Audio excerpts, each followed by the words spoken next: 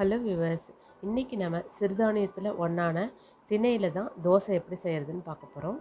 திணையில் நார்ச்சத்து, புரதம், vitamin B1, calcium அதிகமாக இருக்குது. இன்றைக்கி இதில் எப்படி தோசை செய்கிறதுன்னு பார்க்கலாம். இன்றைக்கி திணை தோசை செய்கிறதுக்கு திணை 3/4 கப் எடுத்துக்கலாம். இது 200 கிராம்ஸ் இருக்கும்.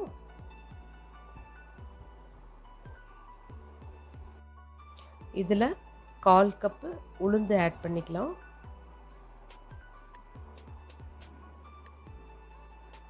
இது கூடயே 1 டீஸ்பூன் வெந்தயம் ஆட் பண்ணிக்கலாம்.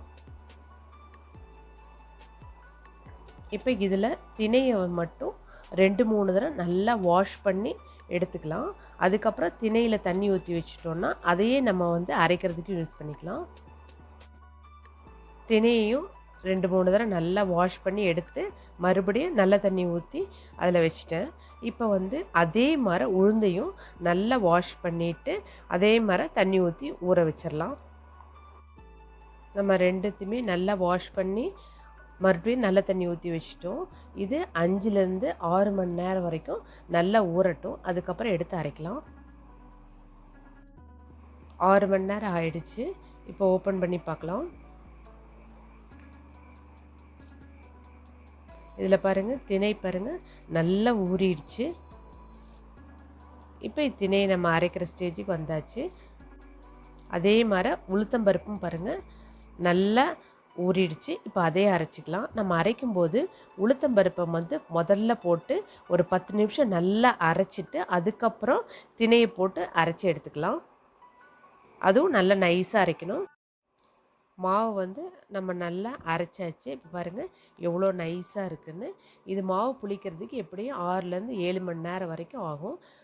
இதை ஒரு மூடி போட்டு கவர் பண்ணி வச்சிடலாம். 6 to 7 hours கழித்து பார்க்கலாம். 7 hours ஆயிடுச்சு. இப்போ ஓப்பன் பண்ணி பார்க்கலாம். மாவு எப்படி உப்பி வந்திருக்கு பாருங்கள். இப்போ இதுக்கு தேவையான நம்ம சால்ட் போட்டுக்கலாம். நம்ம முதல்ல போடல, இப்போ தோசை சுடும்போது சால்ட் போட்டால் போதும்.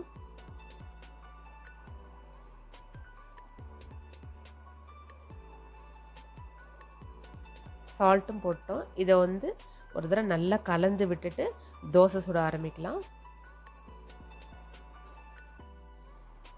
தோசைக்கல் நல்லா ஹீட் ஆயிடுச்சு. இப்போ ஒரு கரண்டி மாவு எடுத்து ஊற்றிக்கலாம். மாவு நம்ம போடும்போது எவ்வளோ நைஸாக இருக்குது பாருங்கள்.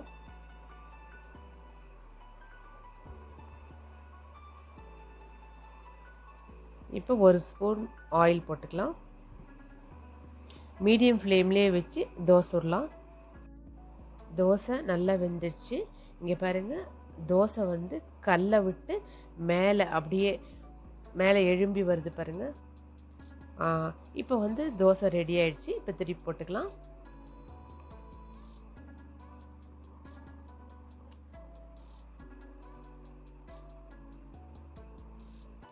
அதே சமயம் கல்லுலேயும் ஒட்டாமல் வருது பாருங்கள். தோசை ரெடி ஆயிடுச்சு. எவ்வளோ பாருங்கள் மொறு மொறுன்னு, எவ்வளோ பார்க்குறதுக்கே எவ்வளோ கிறிஸ்பியாக இருக்குது பாருங்கள். சத்தான திணை தோசை ரெடி ஆயிடுச்சு. திணை தோசை ரெடி ஆயிடுச்சு. எவ்வளோ எல்லோ கலரில் இருக்குது பாருங்கள். திணையோட கலரே எல்லோவாக தான் இருக்கும். அதே மாதிரி தோசையும் எல்லோ கலர்லேயே இருக்குது. அது மட்டும் இல்லாமல் இது ஒரு நல்ல சத்தான தோசையும் கூட. நீங்களும் இதை வீட்டில் ப்ரிப்பேர் பண்ணி பாருங்கள். இதுக்கு வேர்க்கடலை சட்னி நல்ல காம்பினேஷன். இந்த வீடியோ உங்களுக்கு பிடிச்சிருந்துச்சுன்னா ஆர்வி கிச்சன் கார்னருக்கு சப்ஸ்கிரைப் பண்ணுங்கள், ஷேர் பண்ணுங்கள், லைக் பண்ணுங்கள். தேங்க்யூ.